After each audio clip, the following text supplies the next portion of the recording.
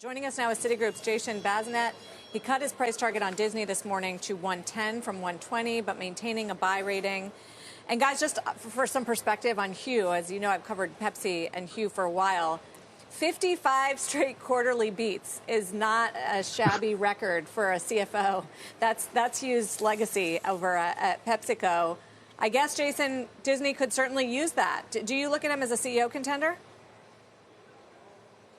No, but I think the things that are going on with Disney have much less to do with sort of managerial changes. They have much bigger fish to fry just in terms of the core business and the fundamentals.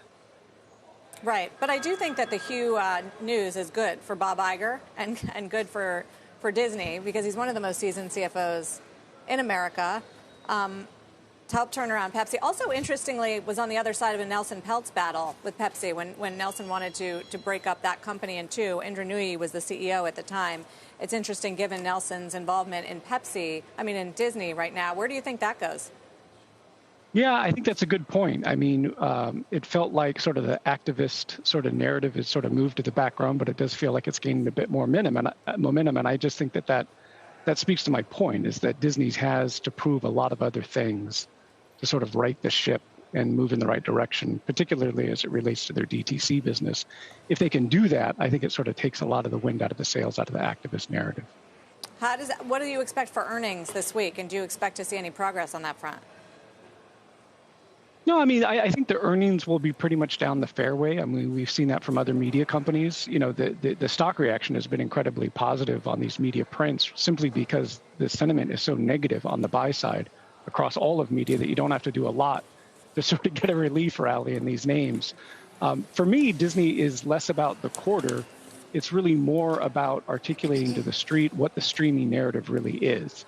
If you look at Disney stock, the consensus has earnings, moving up from the high threes to sort of $5 a share over the next few years. But there's essentially no earnings power coming from the streaming business, right? And so the street is essentially in the mood if they don't want to pay for anything, they don't want to ascribe any value to anything that doesn't generate earnings power. And what that means is even 2 years forward, Disney's streaming business, according to street numbers and our numbers, isn't really generating appreciable earnings, which means you're getting all of those streaming assets for free. That's the opportunity. I think it was one of your peers on the street the other day just looking at the prospect of asset sales at Disney, and I think the word they used was nebulous in terms of the benefits that a buyer of ESPN would get. You have that view? Well, we're not focused on a sale of ESPN. I mean, I think that the company's been quite clear about that. The asset sales that I think are being talked about make a lot of sense, which is India and ABC. For ESPN, I think Disney's contemplating something quite different, not a sale of ESPN, but essentially pursuing sort of equity ownership, presumably by the leagues, to insulate Disney from getting into a bidding war for sports rights down the road. I mentioned the strike. It's the actors' strike that has the last, best, and final offer. Now that I think I said writers, they're back.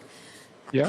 How is it accumulating as far as the pain for a company like a Disney or a Warner at this point, now 114 days in?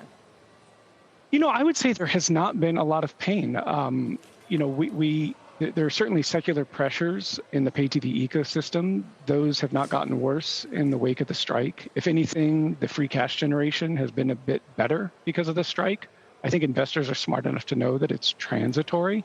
I think most investors I speak with believe that the actor strike will get resolved in the fourth quarter, and we should be back. And I think that the broader point, and I think this is right, is that we're not really talking about large dollar amounts here on either side.